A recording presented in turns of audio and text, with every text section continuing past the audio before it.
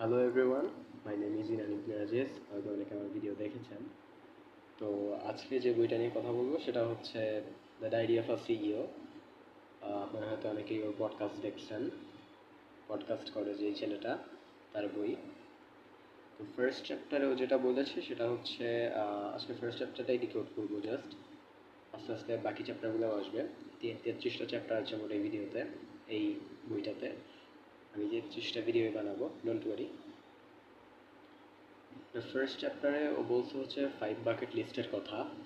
এখন 5 বাকেট লিস্টের ফার্স্ট বাকেটে আসে হচ্ছে নলেজ। নলেজটা হচ্ছে যেটা আপনি চারিপাশ থেকে অ্যাকোয়ার করেন, বা হচ্ছে আপনার স্কুলিং প্রসেসের মাধ্যমে শিখেন, বা হচ্ছে যা যা আপনি গ্যাদার করেন ছোটোবেলা থেকে, বা যেটাতে আপনি interested. And the second bucket হচ্ছে স্কিল। এখন এই স্কিলটা হচ্ছে হতে পারে আপনি কোনো কোর্সেস থেকে নিয়েছেন, সেটা হতে পারে কোনো এনভায়রনমেন্টাল ইফেক্ট থেকে আসছে, সেটা হইতে পারে কোনো স্কুলিং প্রসেসের মাধ্যমে আপনাকে শেখানো হয়েছে। স্কিল ইজ সামথিং যেটা কিনা আপনি সেল করতে পারবেন।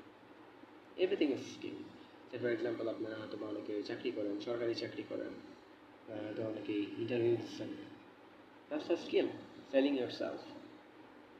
অনেকেই হয়তো বা বিজনেস করেন, সে ফর এক্সাম্পল অনেকেই হয়তো ভিডিও এডিট করেন, it's a skill. Graphic design করেন, it's a skill. So you have to have a core skill to start. And the third one হচ্ছে আপনার নেটওয়ার্ক। এখন নেটওয়ার্ক বলতে আপনি যাদের সঙ্গে সারাউন্ডেড সেটা বলা হয়েছে, বা আপনি কোন কমিউনিটির সঙ্গে থাকেন বা হচ্ছে কানেক্টেড এটা বলা হয়েছে। আপনারা অনেকেই শুনছেন হয়তো কোটটা, যে হচ্ছে if you sit with 10 smoker you will be the 11th one. So yeah, network matter. Network is equal to network, এরকম একটা কথা আছে। তো you have to have a good network. Say for example, you can join communities, you can join your networks, যেগুলো এখানে paid, just because of the network. So network is important. So join networks if you can. The fourth one is resources. Resources হচ্ছে অনেক কিছু হতে পারে। এখন আপনি যদি স্টুডেন্ট হয়ে থাকেন, ফর ইউ রিসোর্সেস হতে পারে কোনো বই, কোনো মেন্টর, কোনো কোর্স, কোনো কোচ, এনিথিং এলস।